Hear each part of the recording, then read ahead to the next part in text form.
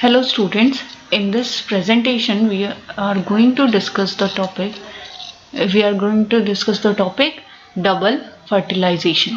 ठीक है, जैसा कि हम सब जानते हैं डबल फर्टिलाइजेशन कैरेक्टरिस्टिक फीचर है किसका? एंजियोस्पर्म्स का। एंजियोस्पर्म्स को हम कैसे पहचानेंगे?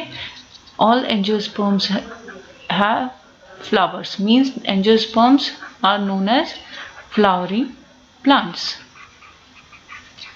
ठीक है, अब ये जो प्रोसेस है सबसे पहले डिस्कवर किया था किसने? डिमॉन्स्ट्रेट किया था सबसे पहले नवाशीन ने in the year 1898 in the genus Fritillaria and Lilium. Okay, तो double fertilization is the characteristic feature of angiosperm, first demonstrated by Navashin in 1898 in Fritillaria and Lilium. Then how the process starts? It starts after pollination with the development of pollen tube. ठीक है, pollen tube जो form होता है इसमें दो male gametes form होते हैं। ठीक है, अगर हम पॉलन ग्रेन्स के बारे में डिस्कस करें, ठीक है, पॉलन ग्रेन्स पॉलिनेशन के टाइम 2 सेल स्टेज में शेड होता है।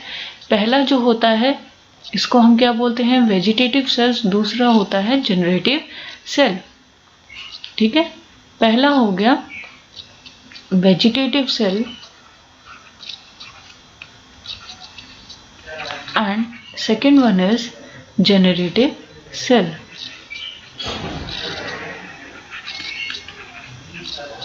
जनरेटिव सेल, अब ये जो जनरेटिव सेल है यही फॉर्म करेंगे मेल गैमीट्स। यहाँ पे जनरेटिव सेल डिवाइड होके आप देख सकते हो दो मेल गैमीट्स का ये फॉर्मेशन करते हैं। और वेजिटेटिव सेल जिसको हम और क्या बोलते हैं? Tube cell. ट्यूब सेल नाम से ही क्लियर है, ये किसका फॉर्मेशन करेंगे? ट्यूब न्यूक्लियस का। और ट्यूब न्यूक्लियस क्या करते हैं? पॉलन ट्यूब को फर्दर इसकी लेंथनिंग में हेल्प करते हैं ताकि ये कहाँ तक एंटर कर सके? ओव्यूल के सिनर्जिड्स तक। ठीक है, अब जैसे ही मेल गैमीट फॉर्म हो जाएगा ये रिलीज होगा किसमें? Cytoplasm of the synergids. ये हमारा साइटोप्लाज्म है सिनर्जिड्स का, और ये दोनों मेल गैमीट आके यहाँ पे रिलीज हो जाते हैं। अब ये जो हमारा ओव्यूल है, ओव्यूल का फुल स्ट्रक्चर नहीं है, सिर्फ सिनर्जिड्स के पास का एरिया है। यहाँ पे आप देख सकते हो सिनर्जिड्स है, एक्सेल है एंड पोलर न्यूक्लियाई। हमें यहाँ पे दो चीज से मतलब रखना है, पहला तो है एक्सेल और दूसरा है पोलर न्यूक्लियाई, क्योंकि जो भी फ्यूजन होगा वो इन्हीं दोनों के न्यूक्लियस के साथ होगा। ठीक है, अब यहाँ पे एक चीज और बच जाता है, फिलीफॉर्म एपरेटस। फिलीफॉर्म एपरेटस आप देख सकते हो कि यहाँ पे क्या कर रहा है? जो पोलन ट्यूब है, पोलन ट्यूब की एंट्री को ये डायरेक्ट करता है। Means filiform apparatus provides direction to the pollen germinating pollen tube. Direction to pollen tube. ठीक है, अगर सही से पोलन ट्यूब प्रोसीड करेगा तभी वो जाके गैमीट्स के साथ फ्यूजन करेगा। ठीक है, नाउ हम इसके प्रोसेस को देख लेते हैं, फिर डायग्रामेटिकली इसको समझ लेंगे कैसे एंटर हो रहा है, क्या हो रहा है। अगर हम प्रोसेस की बात करें तो यहाँ पे जो हमारा सबसे पहले दो मेल गैमीट में सबसे पहले जो है फर्स्ट मेल गैमीट वो फ्यूज करेगा किसके साथ? एग सेल के साथ फ्यूज करेगा। ठीक है, टू फॉर्म जाइगोट, यानी कि मेल गैमीट जो कि क्या है? हैप्लॉइड है, और एग न्यूक्लियस दोनों हैप्लॉइड हैं। दो हैप्लॉइड मिलके अब जो स्ट्रक्चर फॉर्म करेंगे that is known as zygote which will be diploid in structure.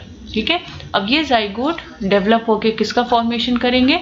Embryo का फॉर्मेशन करते हैं। ठीक है, so here the fusion of first male gamete with the nucleus, this process is known as syngamy. ठीक है, then second male gamete क्या करेगा? ये फ्यूज करता है पोलर न्यूक्लियाई से। अभी आपने देखा पोलर न्यूक्लियाई का लोकेशन कहाँ पे है? ये पहला इससे फ्यूज करेगा और दूसरा पोलर न्यूक्लियाई यहाँ जाके फ्यूज करेगा। ठीक है, second male gamete fuses with polar nuclei, और दिस पोलर न्यूक्लियाई, ये जो रीजन होता है जहाँ पे ये पोलर न्यूक्लियाई रह रहा है, इस रीजन को हम क्या बोलते हैं? Central cell. The region where polar nuclei stay, that region is known as central cell. ठीक है, पोलर न्यूक्लियाई और मेल गैमेट फ्यूज करके ये किसका फॉर्मेशन करेंगे? प्राइमरी एंडोस्पर्म न्यूक्लियस का, और सेंट्रल सेल कन्वर्ट हो जाएगा primary endosperm cell. Okay, means central cell now after fusion will contain primary endosperm nucleus. ठीक है, तो male gamete which is haploid polar nuclei 2n। अब ये डिप्लॉयड कैसे हुआ? एक्चुअली ये डिप्लॉयड नहीं, कैसे हुआ? दो polar nuclei n plus n, दो पोलर न्यूक्लियाई हो गया, तो दो पोलर न्यूक्लियाई मिलके क्या हो गया? 2n। ओके, तो ये 2n एंड मेल गैमेट का n मिला के कितने हो गए? 3n। तो primary endosperm nucleus that's why is triploid in structure. अब ये जो प्राइमरी एंडोस्पर्म न्यूक्लियस है ये किसका फॉर्मेशन करेंगे? एंडोस्पर्म का। और यही एंडोस्पर्म क्या करता है? न्यूट्रिशन प्रोवाइड करता है किसको? डेवलपिंग एम्ब्रियो को। ये प्रोवाइड करेगा न्यूट्रिशन टू डेवलपिंग एम्ब्रियो। और ये जो हमारा फ्यूजन है, fusion of male gamete with polar nuclei, this fusion is known as triple fusion. अब यहाँ पे आप देख सकते हो डायग्राम में, ठीक है, ये जो हमारा एंड है जहाँ से पोलन ट्यूब एंट्री कर रहा है, इस एंड को हम क्या बोलते हैं? Micropylar and.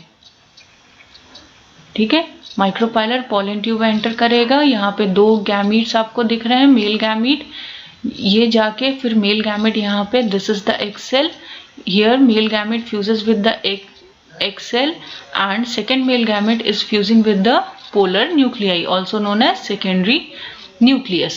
Now after fusion, this fusion of male gamete with secondary nucleus is known as triple fusion, and fusion of male gamete with female gamete is known as syngamy.